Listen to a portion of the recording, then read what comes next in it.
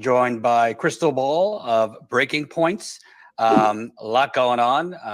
Basically, we're already kind of in the 2024 circuit on both sides, and classified documents popping up everywhere. And obviously, America's rot down south, what's going on in Memphis and elsewhere.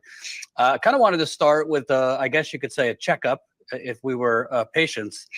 Where do you think we are with the progressive movement, and what do you think is needed the most? We're not blind. Obviously, it's fractured. A lot of, the Bernie movement has splintered off a tad bit and been kind of deflated over the years. Do you think kind of the best thing is a primary challenger to Biden? Do you think the best thing is focusing on the local level, or, to hell with all of it and tossing ourselves into the union, organizing a workers' strike, et cetera?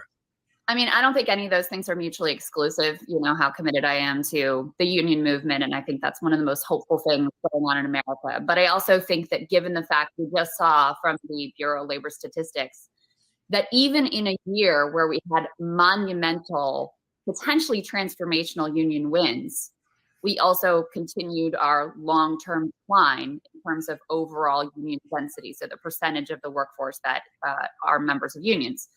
So to me, that just reinforces that there is no avoiding getting in, doing battle, and changing the landscape so that it's not so rigged against working class people. That certainly means local office, but I think it also really clearly means a challenge to Joe Biden in the 2024 primary. I mean, it's not an accident that after Bernie, there was all this fracturing and division and the whole thing kind of falling apart. I think it matters to have national voices, national leadership. I think it matters to have a cause that people can look at across the country and ultimately get behind and unify behind. So I do think that that's an exciting prospect right now. Obviously, right now, the main figure being rumored about is Marianne Williamson, who ran in 2020. In response to what you just said, she discussing organizing. Well, I am assuming she's talking about the working class around the idea and goal. There is a poll that showed that 50% of American voters are now registered independent. Most Americans now want a third party. So these are things that most Americans want to rally behind. The people that are the number one obstacle for third parties are people like Krystal Ball. The people who like, oh yeah, there's a problem, but let's not do third parties right now. This is why I call them the moderate. Yes. Go ahead. No, sorry, go ahead. I know. So no, you're good. I'll pass it right to you. If we had you guys on our side, we wouldn't have the problem of failing to pick up steam on third parties. You guys are the ones who are stopping that from happening. That's why we had to come out and rebuke you. The American people are ready.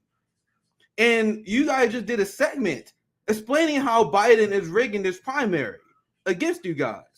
You got the idea that Marianne Williamson stands as much of a chance as Bernie Sanders, who's way more popular, is ridiculous. If you nail these people against the wall, they will admit that this is not really about winning, it's about messaging. Okay, if it's about messaging, let's message that the two-party duopoly is corrupt, because it is. Go ahead, CJ. No, what I was gonna say is what you're pointing out, because with that first part that you were talking about, how the impediment for third parties to grow are these professional managerial class types like her. Now think back to MLK's white moderate, and in the stream I did, I told people we need to update the lingo, because white moderate now can be any race. So and progressive should be the word that we're using, instead of, because they're the ones who are obstacles to strike breaking, right? Look, you see what I'm saying? They're the ones who obstacles to being anti-war and anti-imperialist. They're funding Ukraine. They're funding Israel. So they're the ones that's obstacle to fixing the police state. They're out here acting like they're down with the cause when they're the ones who's funding the police state. So the progressive is the new updated term that we should use when we're saying, when we're using that white moderate example. It is the progressive who is playing that role. Go ahead, Nick, if you had any more. Let's play the video. I have more thoughts as the video play. I want to okay. So we'll try to play a little longer, and then I'm gonna rewind back because I have a lot of stuff to add here. I have written down here. has, stayed active since then with a podcast and going on various shows. She has an exploratory committee right now, and the Washington Post. Let me go back just a second because I don't remember him saying the name Marion. So maybe we missed a few seconds. So I must have missed something. Go back so to I'm the gonna beginning go back. of Jordan speaking. Yeah, right here. Oh, I might have went back too far, but that's all right if I did. I might have went back too far. I ask you, to me, I understand why progressives are deflated, but you have to actually look at Biden's strength and relative weakness. I mean, COVID really did end Trump in 20. No, I'm gonna go back further. I don't feel like that's it either. Right here. So I may have went back too far, but we'll just watch it from here. It also really clearly means a challenge to Joe Biden in the 2024 primary. I mean, it's not an accident that after Bernie, there was all this fracturing and division and the whole thing kind of falling apart. I think it matters to have national voices, national leadership. I think it matters to have a cause that people can look at across the country and ultimately get behind and unify behind. So I do think that that's an exciting prospect right now. Obviously, right now, the main figure being rumored about is Marianne Williamson, who ran in 2020. Has stayed active since then with a podcast and going on various shows. She has an exploratory committee right now, and the Washington Post, of all places, did a decent write-up, actually. I was surprised. Here's the headline. Potential Biden challenger, Marianne Williamson, heads to New Hampshire. A recent poll has Biden not so great for the sitting president in New Hampshire. 66% of Democrats don't want him to run again in New Hampshire. I gotta make this point because he's talking about polls, and I see them keep making this argument. They haven't learned anything, CJ. They haven't learned a goddamn thing. The progressive movement. Polls show that Bernie was about to win. Polls show that Nina Turner was up 20 points against Chantel Brown at the beginning of the race. They haven't learned anything. Why did they lose those elections? Because the establishment figured out how to defeat them by coalescing on the last week and pouring dark money into the race. So you guys are making quite literally the same mistake again, where you got like, oh my God, we can win because the polls. And you guys gonna be like, oh my God, everything's all right. Then last week they gonna pour dark money in. And you guys gonna be sitting there dumb again, like, oh my God, I thought the polls said we were winning. Like, this is ridiculous. But I just want to make that point because they keep doing this. Go ahead, CJ. Man, it's like you can see the future, Nick, or it's just they keep making the same mistake, over and over. All right. Mayor Pete, or Transportation Pete, is beating him. Even Bernie and Warren are somewhat close to Biden in that poll. I ask you, to me, I understand why progressives are deflated, but you have to actually look at Biden's strength and relative weakness. I mean, COVID really did end Trump in 2020. Arguably, if he would have given another check, which later on, Trump blames Mitch McConnell for not giving an additional COVID check. Arguably, Trump could have won re-election, even though he was disastrous in handling COVID. Obviously, we know what just happened in the midterms. It wasn't an endorsement of Biden. The overturning of Roe v. Wade played a huge part. What do you think in terms of it obviously historically would be an uphill climb, but if it were Marianne Williamson, her being competitive?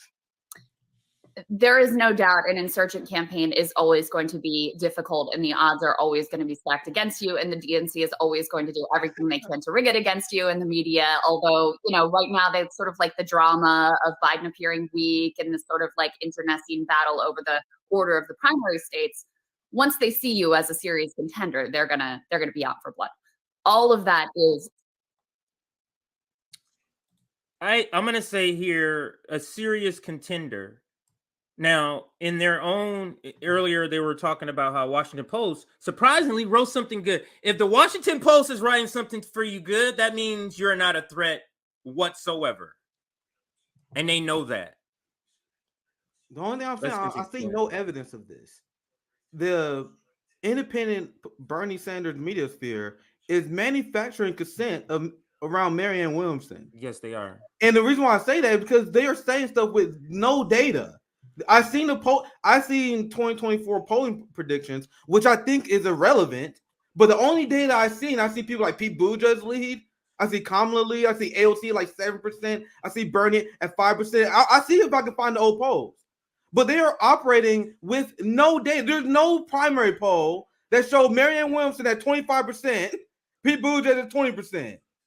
They are just saying this, and they hope people leave with that impression. That data does not exist. What they want to do right now, they want to manufacture consent and to their audience that Marianne Williamson is this randomly popular figure that's going to do what Bernie Sanders did it 2 times in a row. It doesn't make any sense, and it shows that they have no respect for their audience.